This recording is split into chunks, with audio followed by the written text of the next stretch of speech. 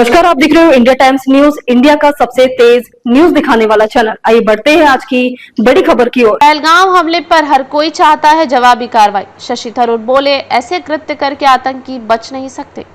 कांग्रेस सांसद शशि थरूर ने सोमवार को कहा कि हर कोई पहलगाम आतंकवादी हमले पर जवाबी कार्रवाई का इंतजार कर रहा है और इस जघन्य हत्या की जवाबदेही बाद में तय की जा सकती है। उन्होंने कहा कि मेरे विचार से इसका जवाब दिया जाना चाहिए और उस जवाब में एक संदेश होना चाहिए। यदि आप ऐसे कृत्य करते हैं तो बच नहीं सकते हैं और वह युग समाप्त हो चुका है। इसकी कीमत चुकानी होगी और कल कीमत और भी अधिक होगी।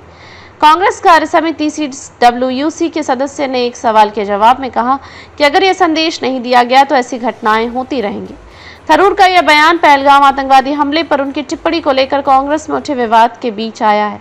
इस टिप्पणी में उन्होंने कहा था कि कुछ विफलता हुई है, लेकिन किसी भी देश के पास कभी भी पूर्णतः 100% खुफिया जानकारी नहीं हो सकती। इससे पहले कांग्रेस नेता उदित राज ने थरूर की टिप्पणी पर निशाना साधते हुए कहा कि कांग्रेसी होने के नाते उन्हें पूछना चाहिए कि प्रधानमंत्री नरेंद्र मोदी पाकिस्तान को कब सबक सिखाएंगे। इस पर थरूर ने कहा कि क्या यह पहलगाम हमले में सरकार की जवाबदेही तय करने का समय है या फिर मौजूदा संकट से उबरने के बाद इस पर विचार किया जाना चाहिए। उन्होंने कहा, हम सभी जवाबी कार्रवाई का इंतजार कर रहे हैं। थरूर ने इजरायल का दिया उदाहरण। उन्होंने इजरायल में हमास के हमले के बाद सभी राजनीतिक दलों द्वारा सरकार को दिए गए समर्थन का हवाला देते हुए थरूर ने कहा कि हालांकि जनता की राय उनके प्रधानमंत्री के खिलाफ है, लेकिन वे युद्ध खत्म होने तक उनका इस्तीफा नहीं मांग रहे हैं।